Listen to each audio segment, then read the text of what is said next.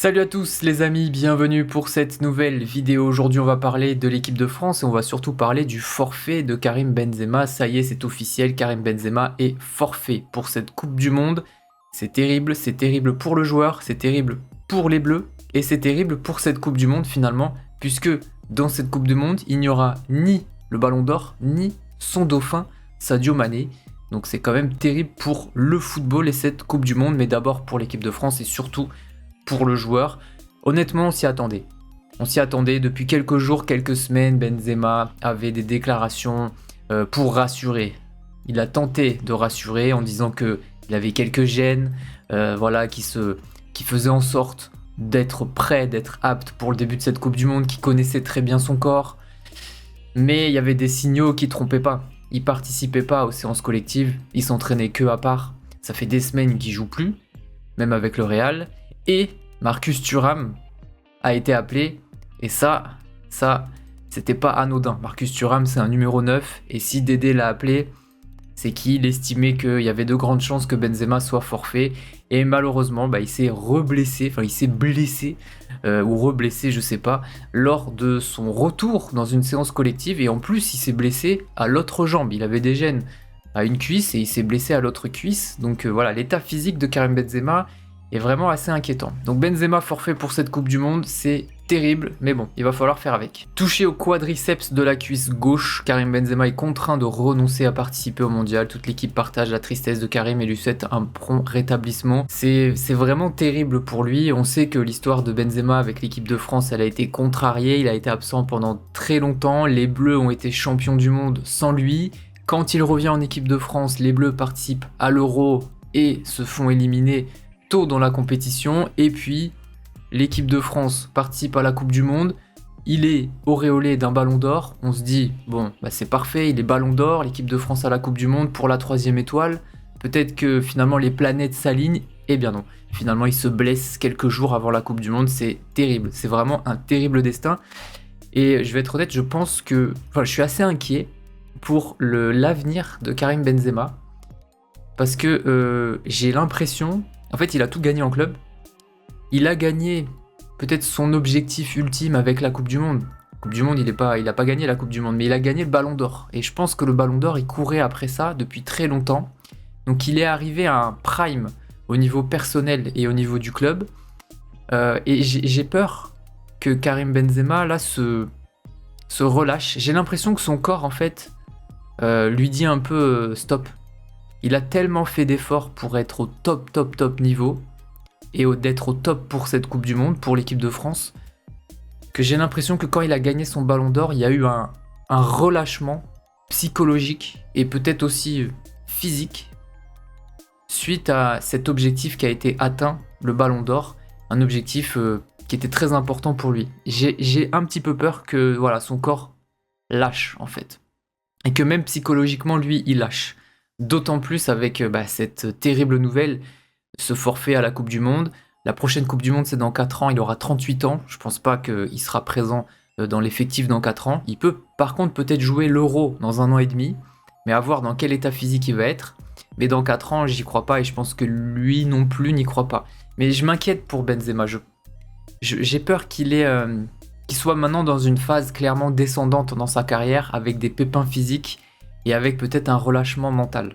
Il va peut-être se dire, j'ai tout gagné en club, j'ai gagné le Ballon d'Or, et pour la Coupe du Monde, qui était mon dernier objectif ultime, je ne gagnerai pas la Coupe du Monde, et je la gagnerai vraisemblablement jamais, puisque la Coupe du Monde, la prochaine, c'est dans 4 ans, et j'aurai 38 ans. Donc peut-être que mentalement, il va lâcher, il va se dire, bon, je serai jamais champion du monde, c'est mort, j'ai gagné le Ballon d'Or, c'est bon, et j'ai tout gagné en club, c'est bon, donc relâchement. Voilà le 11 des blessés de cette équipe de France, et honnêtement, si ce 11 se présente face à l'Australie à la Coupe du Monde, il y a moyen qu'on gagne le match et qu'on sorte des poules avec ce 11. Ce 11, je le trouve fou. Mike Maignan, il est quasiment du même niveau de Lloris, il est peut-être même encore un peu au-dessus d'Hugo Lloris. Klaus Kalulu, Kimpembe, Ferland Mendy, c'est une très bonne défense à 4. Pogba Kanté, bon, ça, il n'y a rien à dire. Fekir en numéro 10. Alors, il n'est pas blessé, c'est les absents, c'est le 11 des absents. Diaby à droite, Nkunku à gauche, Benzema devant. Ce 11, il est franchement très très bon. Et si c'était ça notre 11 titulaire pour la Coupe du Monde, bah ça aurait été pas mal du tout. Donc je vous disais, Karim Benzema, il aura 38 ans pour la Coupe du Monde 2026, trop âgé pour une dernière danse. Je pense que oui, parce que quand t'as 34 ans et que la Coupe du Monde c'est dans 4 ans, pendant 4 ans tu dois rester au top niveau. Et ça veut dire qu'il faut faire des sacrifices, ça veut dire qu'il faut travailler, et quand tu as un âge avancé comme ça, il faut travailler encore plus que quand tu avais 25 ans ou même 30 ans. Donc se dire il faut que je bosse très dur, alors que j'ai déjà 34 ans, pendant 4 ans pour une hypothétique Coupe du Monde, franchement là, ça me paraît beaucoup trop compliqué pour lui, et voilà, encore une fois, je suis pas sûr que son corps suive. Alors, est-ce que Karim Benzema va être remplacé? On pourrait penser que oui, eh bien non. Didier Deschamps à Téléfoot vient de dire non, il ne sera pas remplacé, et ça j'ai du mal avec ça. On a un vivier de joueurs exceptionnels, on a des joueurs qui sont excellents, qui sont pas sélectionnés pour cette Coupe du Monde. C'est pas comme si on avait un vivier très limité, il y a des sélections où honnêtement quand tu vois le 11 c'est pas mal, quand tu vois le banc des remplaçants c'est un peu compliqué, il y a des joueurs qui évoluent même dans des divisions inférieures, qui évoluent pas au plus haut niveau, donc quand t'es un sélectionneur d'une nation comme ça, t'as un joueur important qui se blesse, bon, si c'est pour appeler un joueur qui joue en 3ème division, c'est peut-être pas la peine. Mais là, quand t'es l'équipe de France, t'as des joueurs de haut niveau et des talents absolument à tous les postes, et je ne comprends pas pourquoi ils n'appellent personne. Alors, moi, dans cet effectif de l'équipe de France, je trouve qu'il y a un profil qui manque cruellement, en plus de celui du latéral, mais il y en a un autre qui manque, c'est un joueur qui fait le lien entre le milieu et l'attaque. On a des milieux qui sont assez défensifs, qui sont pas très offensifs, qui jouent souvent latéral. On a des attaquants, des neufs, ok, on a des ailiers, mais on n'a pas de milieux qui font le lien entre le milieu et l'attaque. Et je voyais 2 joueurs, moi, pour ça. 2 joueurs qui étaient capables de remplacer Benzema pour moi. Martin Terrier et Nabil Fekir. Pour moi, Deschamps aurait dû appeler un de ces 2 joueurs. Peut-être une préférence avec Nabil Fekir, qui connaît le groupe, qui est champion du monde. Moi, je ne l'ai jamais trouvé bon en équipe de France, mais appeler Nabil Fekir, le mettre dans le groupe, c'est un joueur qui peut être remplaçant, il accepte d'être remplaçant sans aucun problème, et je pense que le profil de Nabil Fekir n'existe pas en équipe de France. Martin Terrier, ça c'est un choix personnel, un choix du cœur, je pense qu'il aurait mérité sa sélection. En plus, avec tous les blessés qu'il y a eu en équipe de France, je pense que appeler Martin Terrier, ça aurait été aussi très sympa. S'il y a peut-être une bonne nouvelle dans ce malheur, dans cette terrible nouvelle, c'est peut-être Olivier Giroud. Olivier Giroud, on se demandait s'il allait participer à la Coupe du Monde, si Deschamps allait le sélectionner, et au final, il le sélectionne. Didier Deschamps disait qu'Olivier Giroud devra accepter un rôle de remplaçant, chose qu'il peut faire sans problème. Et au final, ironie du sort, Benzema se blesse et Giroud va probablement être titulaire et être le 9 de cette équipe de France. Giroud, c'est sûrement sa dernière compétition internationale, il le sait. Il va peut-être participer à l'Euro dans 1 an et demi, mais je ne pense pas, parce que dans 1 an et demi, tu auras sûrement un Marcus Thuram qui va prendre de l'épaisseur, ou un Randal Kolo Muani, ou un autre, et à mon avis, Olivier Giroud, il sera pas de l'aventure dans 1 an et demi. Je pense que Giroud se dit dans sa tête, c'est ma dernière compétition internationale, j'ai moyen de marquer l'histoire de l'équipe de France. Il l'a déjà marqué pour moi, vraiment très franchement, en gagnant une 2e Coupe du Monde. Il aura peut-être à cœur de prouver, encore une fois, de dire, j'ai pas marqué à la Coupe du Monde précédente, mais je suis capable de marquer en Coupe du Monde, donc peut-être qu'il va... Et à mon avis, il va avoir les dents très longues, Olivier Giroud. Il a des choses à prouver, et c'est sa dernière compétition internationale. Et puis dans le jeu, je pense que c'est un joueur qui va beaucoup apporter à l'équipe de France, notamment un Kylian Mbappé qui va jouer à côté de lui. Mbappé va jouer côté gauche, a priori, contrairement à ce que j'ai dit dans ma dernière vidéo. Et Mbappé-Giroud, pour moi, c'est très complémentaire. Giroud, c'est un superbe joueur de remise. Il peut très bien s'entendre avec Mbappé, et je pense qu'ils sont capables footballistiquement de très bien s'entendre. On l'a vu dans les derniers rassemblements, ils ont combiné très souvent ensemble. On sait que Griezmann et Giroud s'entendent très bien aussi.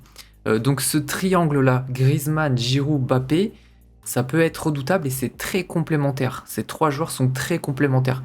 Donc j'espère que Giroud fera une très grande Coupe du Monde. Il en est tout à fait capable. Et s'il fait une grosse Coupe du Monde, s'il marque un ou plusieurs buts, quelle histoire incroyable pour Olivier Giroud. Imaginez, on est champion du monde avec Giroud qui marque 3-4 buts. Ce serait absolument incroyable. Ça serait très dur pour Benzema, par contre. Mais pour Olivier Giroud, par contre, au contraire, lui, ça serait une formidable histoire.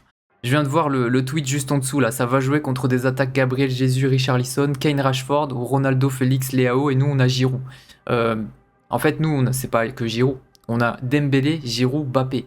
Dembélé, Giroud, Mbappé, excuse-moi mais ça me paraît supérieur à Kane, Rashford, peut-être même à Gabriel Jesus, Richarlison. C'est une triplette devant qui est très complémentaire et si elle est en forme, c'est redoutable. Moi le gros point d'interrogation dans l'animation offensive, c'est Dembélé. Parce que Giroud, Mbappé, ils ont prouvé en équipe de France, ils ont prouvé en club, on peut avoir confiance en eux. Dembélé, par contre, c'est très aléatoire, je me méfie. Voilà les amis, qu'est-ce que vous pensez de ce forfait de Karim Benzema? J'imagine que vous êtes tous très tristes. Qu'est-ce que vous pensez sur le fait qu'il ne soit pas remplacé, et notamment par un Nabil Fekir, ou un Martin Terrier, ou un Moussa Diaby? Ça, c'est vrai que c'est une décision qui m'interpelle un petit peu. Et je voudrais avoir un dernier mot, ça n'a absolument rien à voir avec le sujet de la vidéo, sur l'événement France-Espagne avec tous les streamers et les youtubeurs. C'était incroyable. J'ai pas suivi le match en direct, mais j'ai regardé tous les extraits, j'ai regardé les buts, etc. Et c'était un événement incroyable. J'espère que vous avez kiffé cet événement-là, que vous l'avez regardé. Et je pense que si vous l'avez regardé, vous avez kiffé. On se retrouve pour d'autres vidéos pour la Coupe du Monde. Je pense que je vais être très régulier sur la Coupe du Monde. J'ai envie de faire du contenu sur la Coupe du Monde pendant la Coupe du Monde et j'ai surtout envie qu'il vous plaise ce contenu-là. Et si c'est le cas, n'hésitez pas à mettre un pouce bleu à cette vidéo, à vous abonner et à la partager sur vos réseaux sociaux. Je vous dis à très bientôt et bonne Coupe du Monde à vous. Salut!